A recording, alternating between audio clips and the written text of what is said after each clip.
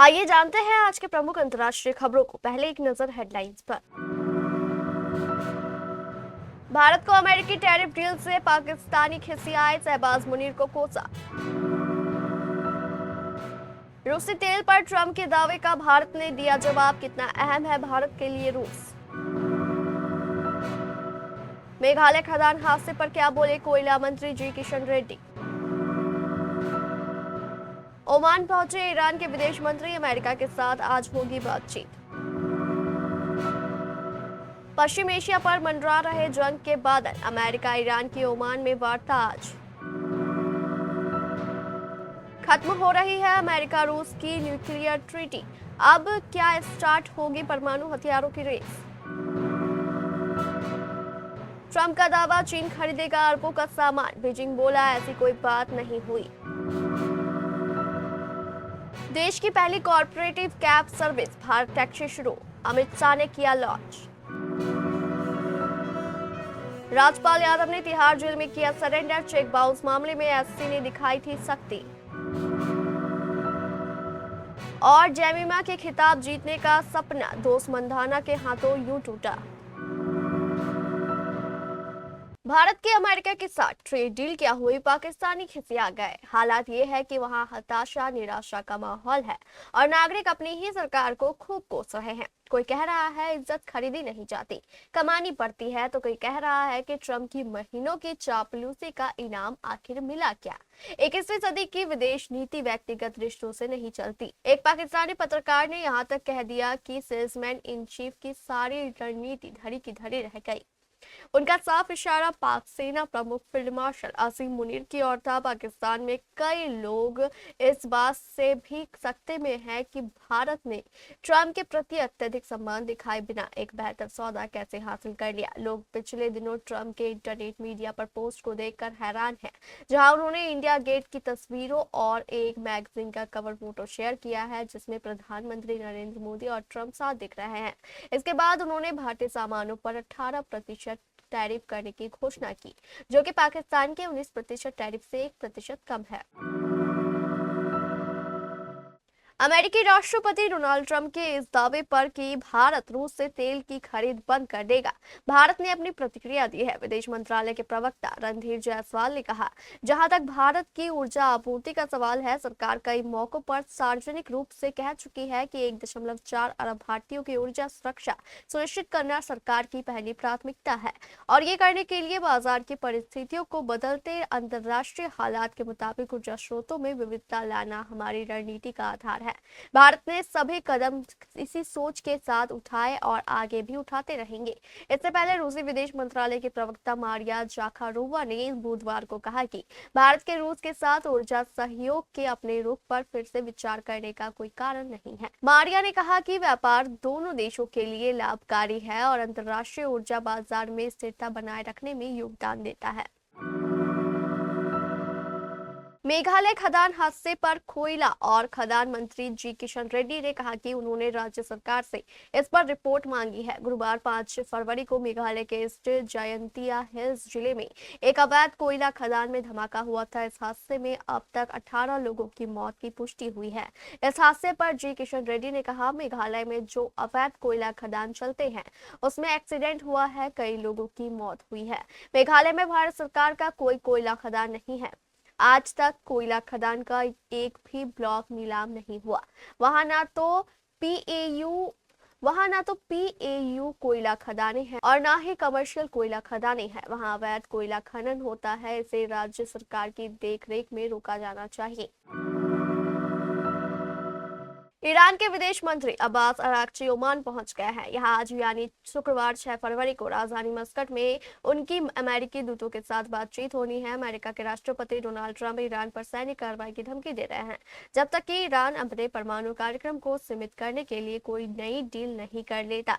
Iran ने कहा कि वह परमाणु मुद्दे पर बात करने को तैयार है, लेकिन अपने मिसाइल कार्यक्रम को सीमित करने जैसी मांगों पर वह वार्ता नहीं करेंगे। व्हाइट हाउस के प्रेस सेक्रेटरी कैरोलिन लेविट ने कहा कि राष्ट्रपति ट्रंप ईरानी अधिकारियों के साथ होने वाली बातचीत पर नजर रख रहे हैं ताकि यह देखा जा सके कि ईरान के साथ कोई डील हो सकती है या नहीं। पश्चिम एशिया में तनाव के बीच पूरी दुनिया की नजर ओमान में अमेरिका और ईरान के बीच शुक्रवार को होने वाली वार्ता पर है। कारण है ईरान में जारी सरकार विरोधी प्रदर्शन और इसके चलते अमेरिका की तरफ से और लगातार हो रही धमकी के बीच अब अचानक दोनों देशों के पास बातचीत का मौका सामने आया है। इसके बाद ईरान ने शर्तों के साथ वार्ता की हामी भरी है ताकि अमेरिकी हमलों पर खतरा टाला जा सके। यह कदम ऐसे समय में आया है जब अमेरिका और ईरान के बीच कई हफ्तों से तनावपूर्ण बयानबाजी चल रही थी। इतना ही नहीं, दोनों देशों के बीच न्यूक्लियर कार्यक्रम, मिसाइलों और क्षेत्रीय दबाव को लेकर भी मतभेद है, जबकि पश्चिम एशिया में सैन्य हलचल और अंतर्राष्ट्रीय दबाव स्थिति को और जटिल बना रहे हैं। बता दें कि अमेरिकी राष्ट्रपति डोनाल्ड ट्रंप के बार बार चेतावनी दी है कि अगर ईरान अपने न्यूक्लियर कार्यक्रम पर समझौता नहीं करता तो बुरी दुर्घटनाएं हो सकती हैं। इस संदेश को और जोर देने के लिए अमेरिकी ने पश्चिम एशिया में अपने विमान वाहक और अन्य सैन्य ताकतें भी भेजी हैं। अमेरिकी राष्ट्रपति डोनाल्ड ट्रंप अपने बड़बोलेपन और प्रीएम्प्टिव पोस्ट को लेकर कुख्यात है। वो ऐसा व्यक्ति बनना चाहते हैं जो हर एक ऐलान सबसे पहले करना चाहता है, चाहे वो तथ्यात्मक रूप से सही हो या नहीं, आपसी सहमति से तय हो या नहीं। लेकिन ट्रंप उसे सबसे पहले दुनिया को बताना चाहते हैं। ट्रंप मोदी और भारत को लेकर ऐसे कई दावे कर चुके हैं। अब ट्रंप ने राष्ट्रपति शी जिनपिंग को लेकर भी ऐसा ही एक प्रीएम्प्टिव पोस्ट किया है, जिसे चीन ने खारिज कर दिया। ट्रंप ने चीनी राष्ट्रपति शी जिनपिंग से 4 फरवरी को फोन पर बात की। इसके बाद उन्होंने अपने social media platform truth social पर इससे संबंधित एक पोस्ट किया। ट्रंप ने अपने तेज तर्रार अंदाज में कहा कि राष्ट्रपति शी जिनपिंग के साथ अमेरिकी कृषि, विमानन और ऊर्जा उत्पादों को खरीदने के लिए चीनी समझौतों पर चर्चा हुई, जबकि चीन ने इसे पूरी तरह खारिज कर दिया है। अमेरिका और रूस के बीच 2010 में हुई न्यू स्टार्ट संधि 5 फरवरी 2026 यानी भारतीय समय अनुसार 6 फरवरी को खत्म हो रही है। यह संधि दोनों देशों के परमाणु हथियारों को सीमित रखती थी, लेकिन अब इसका अंत एक नई हथियार दौर को जन्म दे सकता है। संयुक्त राष्ट्र प्रमुख और हथियार नियंत्रण विशेषज्ञों ने चेतावनी दी है कि इससे वैश्विक सुरक्षा खतरे में पड़ सकती है, दुनिया में अस्थिरता बढ़ सकती है। न्यू स्टार्ट संधि 2010 में अमेरिकी राष्ट्रपति बराक ओबामा और रूसी राष्ट्रपति दिमित्री मेदवेदेव ने हस्ताक्षर किए थे। यह संधि दोनों देशों को 1550 तैनात परमाणु वॉरहेड और 700 डिलीवरी व्हीकल्स, मिसाइलें, सबमरीन तक सीमित रखती थी। इसमें सत्यापन के नियम थे, जैसे एक दूसरे के ठिकानों का निरीक्षण, ताकि दोनों पक्ष नियमों का पालन कर सके या नहीं यह पता चल सके। संधि का उद्देश्य परमाणु हथियारों के दौर को रोकना और विश्व शांति बनाए रखना था। यह संधि शीत युद्ध के बाद की आखिरी परमाणु नियंत्रण संधि थी, जो 2021 में अंतिम बार बढ़ाई गई थी। देश की पहली corporative taxi service Bharat taxi app कल आधिकारिक रूप से लॉन्च कर दी गई। सहकारिता मंत्रालय द्वारा लॉन्च की गई ये नई कैब सर्विस सीधे तौर पर ओला, उबर और रैपिडो जैसे प्राइवेट राइड हेलिंग कंपनियों के मोनोपोली को चुनौती देगी। कल केंद्रीय गृह मंत्री और सहकारिता मंत्री अमित शाह ने विज्ञान भवन में भारत टैक्सी को ऑफिशियली लॉन्च कर दिया। खास बात यह है कि पूरी तरह ऐप बेस्ड स्वदेशी टैक्सी सर्विस है। माना जा रहा है कि इसके आने से ओला, उबर जैसी ऐप बेस्ड कंपनियों को कड़ी टक्कर मिलेगी और कंपटीशन बढ़ेगा, जिसका फायदा आम ग्राहकों को मिल सकेगा।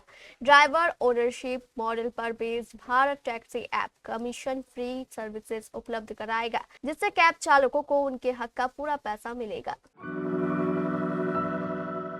बॉलीवुड के मशहूर अभिनेता राजपाल यादव ने चेक बाउंस के एक पुराने मामले में दिल्ली हाई कोर्ट के आदेश के बाद तिहाड़ जेल में सरेंडर कर दिया है। तिहाड़ जेल सूत्रों के अनुसार दिल्ली हाई कोर्ट के सख्त निर्देश का पालन करते हुए राजपाल यादव ने शाम करीब 4 बजे जेल अधिकारियों के सामने सरेंडर कर दिया। कोर्ट ने उन्हें चेक बाउंस मामले में सजा भुगतने के लिए जेल में सरेंडर करने का आदेश दिया था। दिल्ली हाई कोर्ट की जस्टिस स्वर्णकांता शर्मा के बेंच ने बुधवार को राजपाल यादव की याचिका खारिज कर दी थी, जिसमें उन्होंने सरेंडर के लिए अतिरिक्त वक्त मांगा था। कोर्ट ने स्पष्ट किया था कि अभिनेता को पहले सरेंडर करना होगा, इसके बाद ही उनकी याचिका पर विचार किया जा सकता है। कोर्ट ने कहा कि पिछली बार जब उन्होंने मुंबई में होने की बात कही थी, तब उन्हें 2 दिन का अतिरिक्त समय दिया गया था। जस्टिस शर्मा ने स्पष्ट किया है कि अर्जी के पहले ही खारिज हो चुकी है और अब रियायत मिलने का कोई कारण नहीं बचता। दिल्ली कैपिटल्स की कप्तान जेमिमा रॉड्रिग्स और आरसीबी की कप्तान स्मृति मंधाना को जिगरी दोस्त माना जाता है और दोनों ही मुंबई से ताल्लुक रखती है। दोनों ने अपनी टीम के लिए बेहतरीन पारी भी खेली, पर जेमिमा का अपनी टीम को पहली बार चैंपियन बनाने का सपना अपनी दोस्त के हाथों ध्वस्त हो गया। आरसीबी ने महिला प्रीमियर लीग के इतिहास के सबसे बड़े लक्ष्य 204 को 6 विकेट बाकी रहते हासिल कर लिया।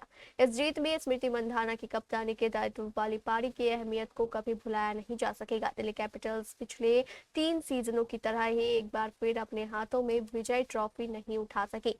वहीं आरसीबी ने 3 सालों में तीसरी ट्रॉफी जीत ली। इसमें पिछली आईपीएल ट्रॉफी शामिल है। स्मृति मंधाना और जॉर्जिया वॉल की जोड़ी ने मैच को किसी हद तक एक तरफा बना दिया था, लेकिन 19वें ओवर में हेनरी ने पहले कप्तान स्मृति मंधाना को बोल्ड करने के बाद अगली ही गेंद पर राधा ने बाहर डाली गई गेंद पर चौका लगाने के प्रयास में गेंद को हवा में उछाल दिया, पर एक्स्ट्रा कवर पर खड़े मिन्नू ने कैच टपकाकर मैच को हाथ से निकाल दिया।